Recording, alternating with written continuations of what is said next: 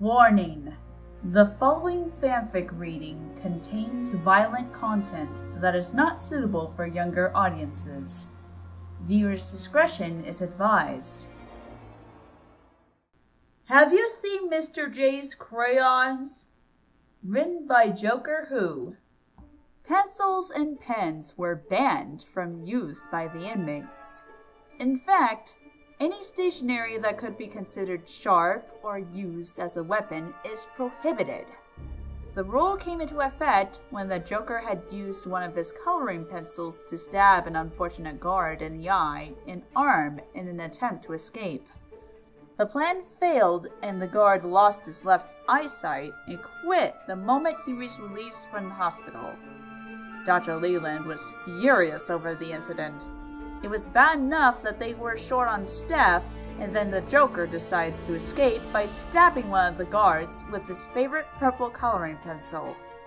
A few days after, all pencils and pens were confiscated from the inmates. No one was allowed to use any form of stationery for a period of time. 2 days, to be exact. This made the Joker very unhappy. He wasn't able to draw and color illustrations of Batman and his various sidekicks being killed. He was so unhappy that he had refused to cooperate. Not that he ever did to begin with, but in short, the Crown Prince of Crime refused to leave his cell. Persuasions by Harley were fruitless, as he merely brushed her off and told her to get lost when he found her to be irritating. In the end, she had ended up leaving his cell in a state of full-blown crying after the Joker had insulted her, as described by Poison Ivy.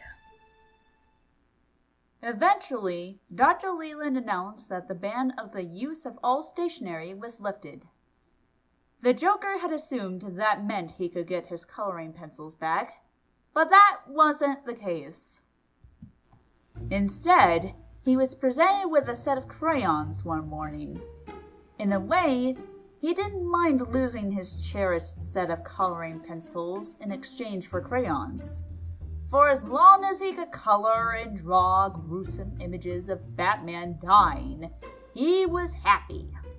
Although Dr. Leeland had warned him that if he ever tried to injure anyone else with his crayons, the only art he would be allowed to do is finger painting or nothing at all, depending on the seriousness of the situation. The Joker gave the doctor his best smile and nodded, putting on the image of a well-behaved child. All he cared about was his crayons. They were his and for his use alone. Nobody else, not even Harley, was allowed to even touch them. Some of the inmates, Poison Ivy in particular, had found it childish and stupid that an adult like the Joker would be so protective of his stationery. Harley immediately defended her boyfriend, of course, saying that it was just one of his genius methods of passing the time.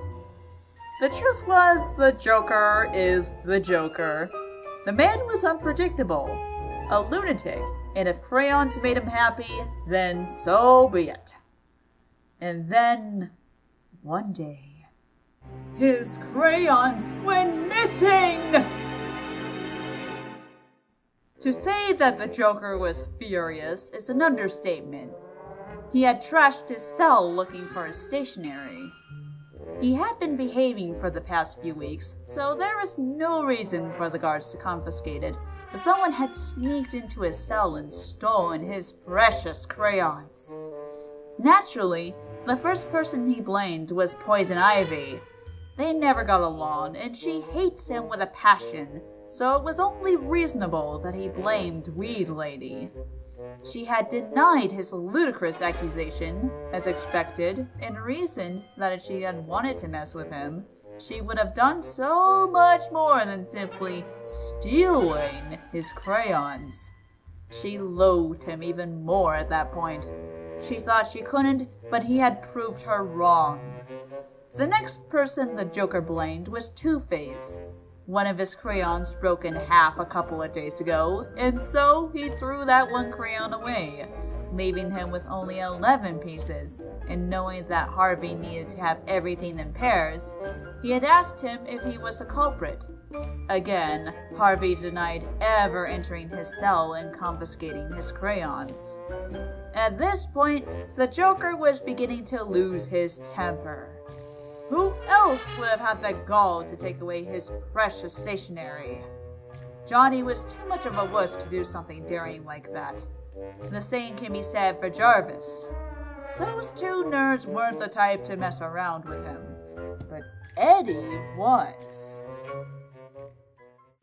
The Clown Prince of Crime rolled up his sleeves and approached the Riddler, who was seated by one of the small desks in the corner, working on the new riddle. Eddie was suddenly lifted from his chair and slammed against a wall. Alright, Dad, where is it? Where is what? The Riddler exclaimed, struggling. The Joker narrowed his eyes. Oh, come on, Eddie, he said happily, slowly taking his hands off Eddie. You know what I'm talking about. I don't... He stammered, trying to balance his breathing as the clown draped an arm over his shoulder. I'm losing my patience here, Eddie. Enough with the stupid riddles. Where are my crayons? I do not have knowledge of the location of your crayons. I was nowhere near your cell. The Joker frowned and violently shoved the Riddler away. If Eddie didn't have his crayons, then who did? He was running out of suspects. He would happily blame the Bat, but he hadn't seen his best buddy in the whole wide world in 2 months, so it couldn't have been Batsy. Hey, Poison Ivy, can you tell your plans to please look for my crayons? Get lost, you disgusting, self-absorbed creep! All he did was ask her. She didn't need to get all defensive. Yeesh, woman. That was when it hit him. Harley. She could have hidden his crayons after he had insulted her when his coloring pencils were confiscated.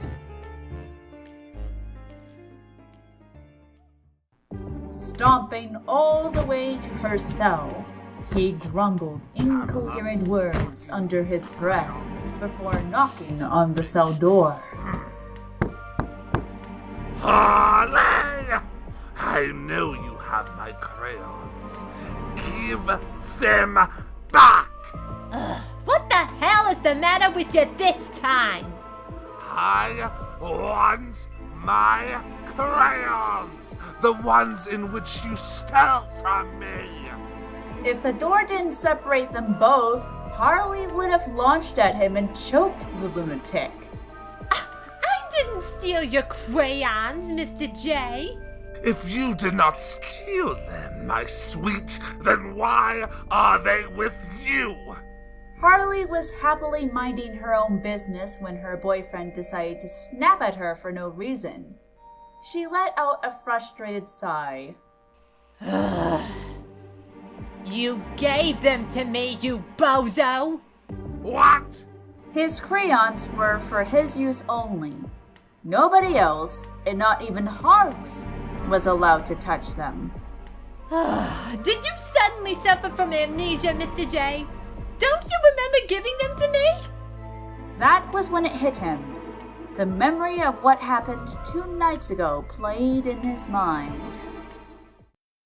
The Joker was on his way to Harley's cell one night to make it up to her for insulting her. It was late at night, and he knew the guards ended their patrol just an hour after midnight. But he had bumped into a new guard who had just ended his shift as he was halfway through to Harley's cell. For a moment, both stood still, too stunned by the other's presence. The Joker had the upper hand when it came to reacting, of course, and he had killed the man by snapping his neck to avoid being alerted. He knew that other guards would soon discover the dead body, so the Joker hid it in one of the old therapy rooms. He knew that Dr. Leeland would very much likely confiscate his crayons, or worse, taking it away forever. So, after he had hidden the body, the Joker ran back to his cell and collected his stationery before bringing them over to Harley's cell. Needless to say, she was half pleased to see him, still angry over his insult, but when he had requested her to hide his crayons, she reluctantly did so, feeling disappointed that he only came over to hide his items. In the end, he had rewarded her with a kiss before leaving her cell, so it didn't turn out too bad for Harley. Oh, that's right.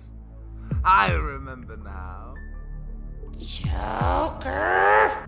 Both heard Dr. Leeland growling his name. The body had most likely been discovered. The Joker grinned, knowing that it was game over for him. Well, that's my cue. See you later, toots. Mwah! Sayonara, suckers! He said, and blew her a kiss before running off in the opposite direction, cackling madly. Just another day at Arkham Asylum, it would seem.